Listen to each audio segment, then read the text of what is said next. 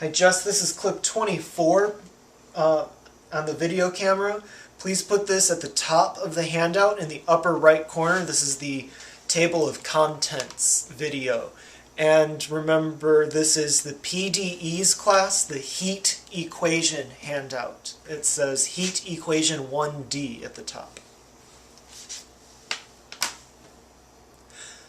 On this handout represents Chapter 6 of this class. We just finished Chapter 5 and we spent a good 3 weeks plus a day in Chapter 5, and we got just about every detail there was in Chapter 5. It will not be so with Chapter 6. This handout on Chapter 6 really represents only about 2 days of class. There's a lot of problems and things from Chapter 6 that we're not going to spend time learning to solve.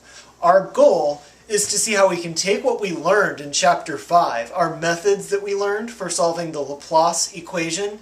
We will throw in a few new methods, but it's mostly to focus on taking the methods that we already learned for that basic problem of Laplace's equation, and we're going to apply them to solve a more complicated equation, the heat equation. So remember, this represents only about 2 days of class, and you can see on the homework we're skipping around a little bit in Chapter 6. There are some things that we're going to learn how to do. There are many things that we're going to let you learn on your own after the semester is over, if you need to go back and learn some of those things.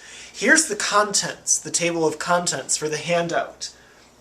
We are going to start by learning a new method, and that's called the separation of variables. A lot of PDEs classes actually start with the heat equation and learn this equation before learning Laplace's equation. Actually, a lot of PDE classes don't learn Laplace's equation, the Chapter 5 stuff, until the end.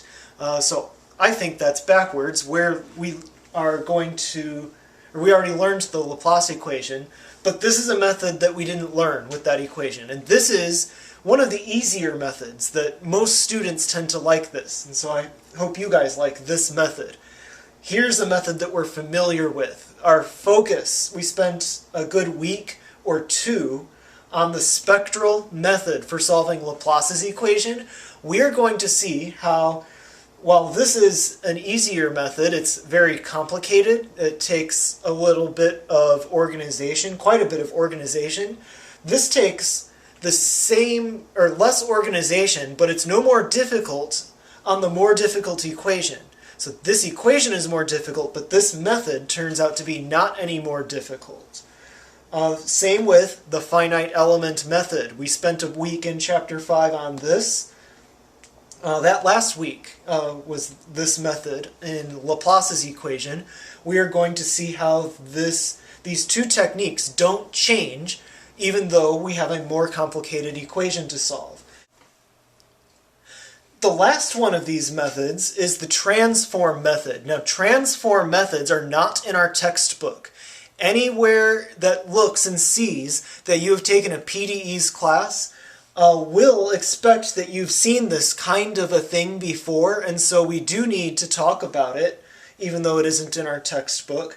These methods are actually very important in the theory of PDEs, and that's because all of these depend on having a finite domain with a boundary, whereas here we finally, for the first time in this class, get to talk about what if the domain is all of the real number line, meaning not an interval 0 to L, but all of the number line, the entire space R, all the real numbers. So this is very nice, and it's theoretically very beautiful. It's a little more challenging, but it will be way worth it. There's so many insights that will come from this method of solving the heat equation.